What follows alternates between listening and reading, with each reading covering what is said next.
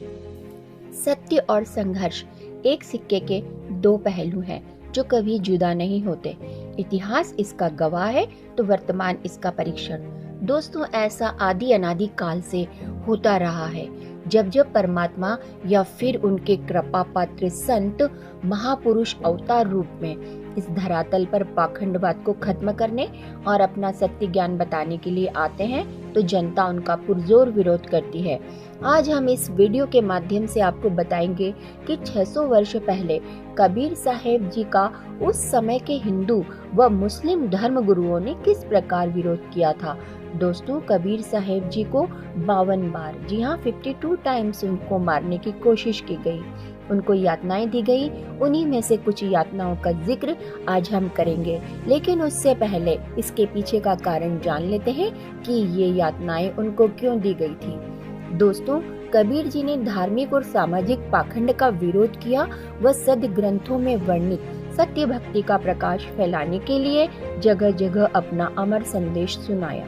जहाँ शास्त्र विरुद्ध साधना कर रहे हिंदुओं को उन्होंने अपनी वाणियों द्वारा जगाया कि 3 देव की जो करते भक्ति उनकी कभी न होवे मुक्ति। तो वही मुसलमानों द्वारा की जाने वाली हत्याओं का भी उन्होंने विरोध किया। कबीर दिन को रोजा रहत है, रात हनत है गाय, या खून वह बंदगी, कहूँ क्यों खुशी खुदाए। कबीर जी की इन्हीं खरी खरी बातों का परिणाम निकला उन्हें खत्म करने की साजिश, ताकि हिंदू व मुस्लिम धर्म गुरुओं की पोल आम जनता के सामने न खुल जाए। दोस्तों, कबीर जी को खत्म करने के इस कुकृत्य का अगुवा था शेख तकी। दरअसल शेख तकी मुस्लिम बादशाह सिकंदर लोधी का धार्मिक पीर था। वह कबीर जी से ईर्ष्या रखता था क्योंकि सिकंदर लोधी कबीर जी के प्रशंसक बन गए थे। इसी ईर्ष्यावश शेख तकी ने हजारों मुसलमानों को इकट्ठा करके कहा कि इस कबीर को उबलते सरसों के तेल के कढ़ाई में डालेंगे, यदि नहीं मरा तो हम इसको भगवान मान लेंगे। तेल की कढ़ाई को उबालकर कबीर जी को बुलाया गया। वहाँ सबकी मंशा देखकर कबीर जी खुद उबलते तेल की कढ़ाई में विराजमान हो गए। सभी इंतजार में थे कि कबीर जी जल जाएंगे। उस समय गर्दन कबीर जी की बाहर थी, बाकी शरीर गर्म तेल में था। लेकिन फिर भी कबीर जी उबलते तेल में ऐसे बैठे रहे जैसे ठंडे पानी में कोई बैठता है, और यह संदेश दिया कि वह अविनाशी है। इससे क्षुब्ध होकर शेख तकी कबीर जी से माफी मांगने की बजाय उनसे और ज्यादा ईर्ष्या करने लगा, और एक बार फिर योजना बनाकर शेख तकी कबीर जी को मरवाने के लिए उनको बांध जोड़कर ले गया और जाकर एक गहरे झेरे कुएं में डलवा दिया। फिर वहां पर इकट्ठा किए हुए हजारों व्यक्तियों से उस गहरे कुएं में मिट्टी, कांटेदार छड़ी, ईंट, गोबर आदि डलवाकर कुएं को 150 फीट ऊपर तक पूरा भर दिया। सबने खुशी मनाई कि आज तो काफिर को खत्म कर दिया। जिसके बाद शेख तकी हाथ मुंह धोकर सिकंदर लोधी के पास गया और कहा कि राजा, कर दिया तेरे शेर को समाप्त। उसके ऊपर इतनी मिट्टी डाल दी कि अब किसी भी प्रकार बाहर नहीं आ सकता। राजा सिकंदर उनकी बात को समझ न सका और पूछा, पीर जी आप किसकी बात कर रहे हो? शेख तकी बोला, तेरे कबीर अल्लाह की, और किसकी? हमने उसको कुएं में डालकर खत्म कर दिया है। राजा ने कहा, क्या बात करते हो पीर जी? कबीर जी तो अंदर कमरे में बैठे हैं, वह तो कहीं पर गए ही नहीं। उसके बाद शेख तकी ने तुरंत अंदर जाकर देखा तो कबीर जी अंदर कमरे में आराम से आसन पर बैठे हैं। इतना सब देखने के बावजूद भी शेख तकी और अन्य धार्मिक गुरु पीर नहीं मानते भी कैसे? उन्हें तो भगवान से ज्यादा समाज में अपनी पद प्रतिष्ठा और महिमा के कम होने की चिंता थी। तभी तो कबीर परमेश्वर कहते हैं, राज तजना सहज है, सहज तरिया करने, मान बढ़ाई ईर्ष्या, दुर्लभ तजना ये। बार बार इस तरह के विफल प्रयास करके सभी परेशान हो गए। फिर उन्होंने एक साजिश और रची कि कबीर को तलवार से काटकर उसके टुकड़े टुकड़े कर दो। शेख तकी ने इस कुकृत्य के लिए कुछ गुंडे तैयार किए और देर रात्रि जब कबीर जी सो रहे थे तब शेख तकी उन गुंडों के साथ वहां आया और उसने कबीर जी पर बेतहाशा तलवार से वार किए, लेकिन तलवार कबीर जी के शरीर से आर पार निकल जाती। फिर भी अनगिनत वार कर उन्होंने कबीर जी को अपनी तरफ से टुकड़े टुकड़े करके मृत समझ लिया। लेकिन समृद्ध को कौन मार सकता है। जब शेख तकी और वो गुंडे चलने लगे तो कबीर जी ने पीछे खड़े होकर आवाज लगाई कि शेख तकी, आज कुटिया पर आए हो तो दूध पी के ही जाना।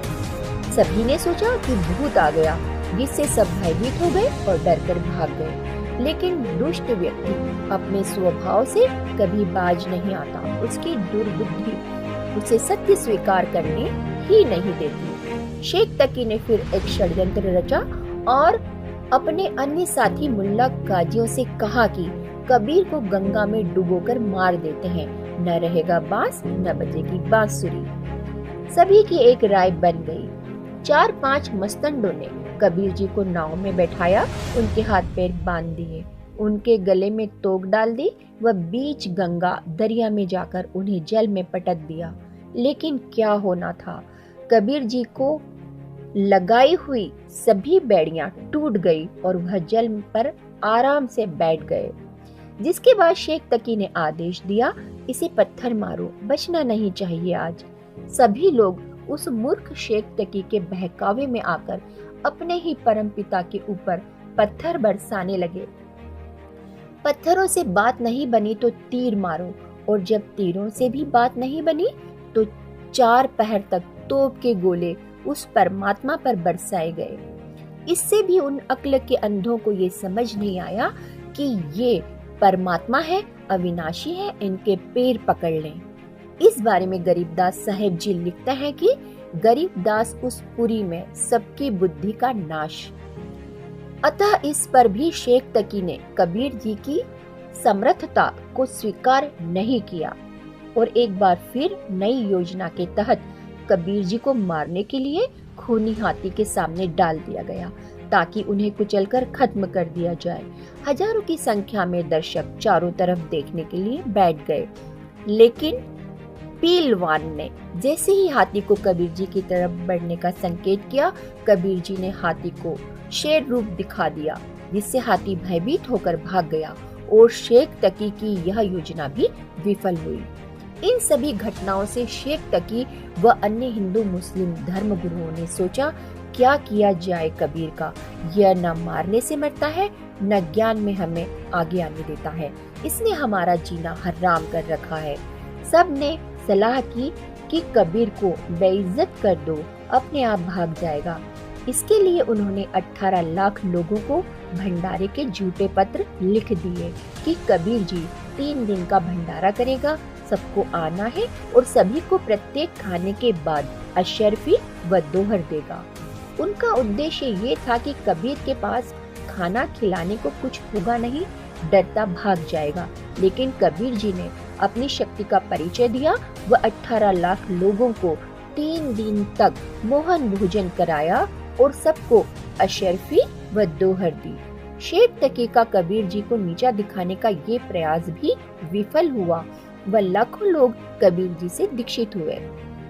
दोस्तों, ऐसे ऐसे और भी सितम हमने अपने धार्मिक गुरुओं के बहकावे में आकर कबीर जी के साथ किए और इसी प्रकार आज संत रामपाल जी महाराज जी के साथ भी यही स्थिति है।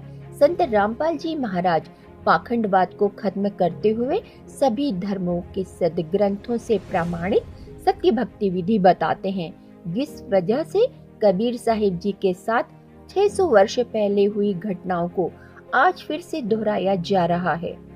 आज वर्तमान में भी सभी नकली धर्म गुरु अपनी रोजी रोटी के चक्कर में भोली भाली जनता को बरगलाकर संत रामपाल जी महाराज के विरोध में खड़ा करते हैं और उनके ऊपर हमला करवाते हैं। लेकिन दोस्तों, आज समाज शिक्षित है, अब इन नकलियों की दाल नहीं गलेगी।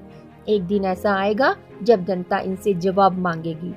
दोस्तों, एक गूढ़ रहस्य जो अब हम आपको बताने जा रहे हैं, कबीर साहिब जी के अवतार संत रामपाल जी महाराज जी हैं। अतः अब समय संत रामपाल जी से नाम दीक्षा लेकर मोक्ष प्राप्त करने का है। यह समय निकल गया तो फिर कुछ हाथ नहीं लगेगा। दोस्तों, कबीर साहिब जी हमारे पिता हैं, हमारे सृजनहार हैं। वो हमें सत्य ज्ञान बताने के लिए अपने निज धाम सतलोक से यहाँ आते हैं, लेकिन हम उनको दुखी करते हैं। एक शराबी बच्चे की तरह हम अपने पिता के साथ अभद्र व्यवहार करते हैं, लेकिन वह दयालु है, हमारे जनक है और वही हमारे एकमात्र शुभ चिंतक हैं। तो दोस्तों, आप सभी से प्रार्थना है कि इतिहास में की हुई गलतियों को फिर से ना दोहराएं, संत रामपाल जी महाराज जी को पहचाने, उनका ज्ञान सुने और गुरु दीक्षा लेकर अपना कल्याण करवाएं। धन्यवाद।